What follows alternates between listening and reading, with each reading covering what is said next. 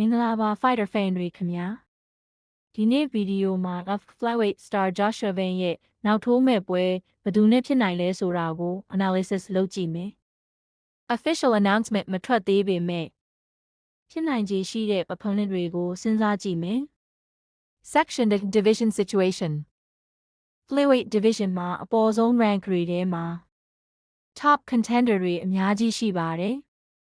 Van က aggressive striker ဖြစ်တာကြောင့် striker ပွဲဖြစ်နိုင်ခြေရှိတယ် Section 2 Potential Opponent Mantle Cape လို speed မြန်တဲ့ striker တစ်ယောက်နဲ့တွေ့မယ်ဆိုရင်ပွဲက stand up ပေါ်ဖြစ်နိုင်ပါတယ် Van ရဲ့ pressures opponent ရဲ့ speed အရန်ကြည့်ကောင်းမဲ့ matchup ဖြစ်မယ် Section 3 Potential Opponent နဲ့ Rematch Scenario ဖြစ်လာနိုင်ပါတယ် Rematch ဖြစ်ရင် Van အနေနဲ့ strategy ပြောင်းပြီး wrestling ပိုအသုံးချဖို့လိုနိုင်တယ် Section 4 Van အတွက် key to win Van အနိုင်ရချင်ရင် defense ပိုတေချာရမယ် combination ပြီးရင် head movement လုပ်ရမယ်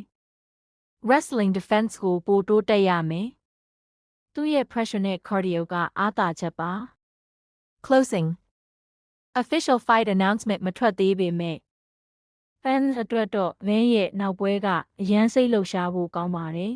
။မင်းတို့ထင်တာဘယ်သူနဲ့ထိုးတင်လဲ comment မှာရေးပေးပါ။ ဒီနေ့ content တွေစက်ကြည့်ချင်ရင် subscribe လုပ်ထားပါ။